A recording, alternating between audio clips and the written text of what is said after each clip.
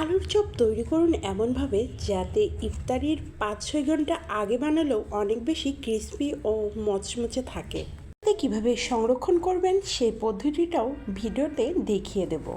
প্রথমে একটি ফ্রাই প্যানে কিছুটা তেল দিয়ে হাফ কাপ কিউব করা পেঁয়াজ বাদামি কালার করে ভেজে নেব। বাদামি কালার হয়ে আসলে লবণ, হলুদের গুঁড়া, মরিচের গুঁড়া, ধনিয়ার গুঁড়া আর 1 টেবিল চামচ চাট মশলা দিয়ে নিলাম।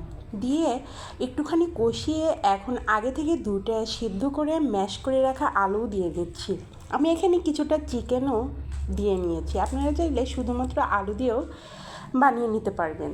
এসানো হয়ে গেলে তুলে একটু ঠান্ডা হলেই হাত দিয়ে গোল গোল করে চপ আকারে তৈরি করে নেব।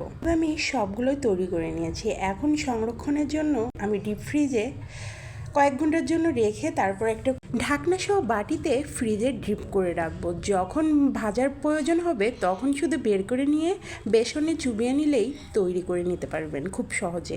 বেসন মিক্সের আমার পেজে একটা ভিডিও দেওয়া আছে, চাইলে দেখে নিতে পারবেন। এখন আমি পানি দিয়ে বেসনটা গুলিয়ে নিচ্ছি। এবার একটা সিক্রেট বলি, গরম হলে 2 টেবিল চামচ গরম তেল বেসনের বেটারের মধ্যে দিয়ে দিলে অনেক বেশি ক্রিস্পি হবে চপগুলো।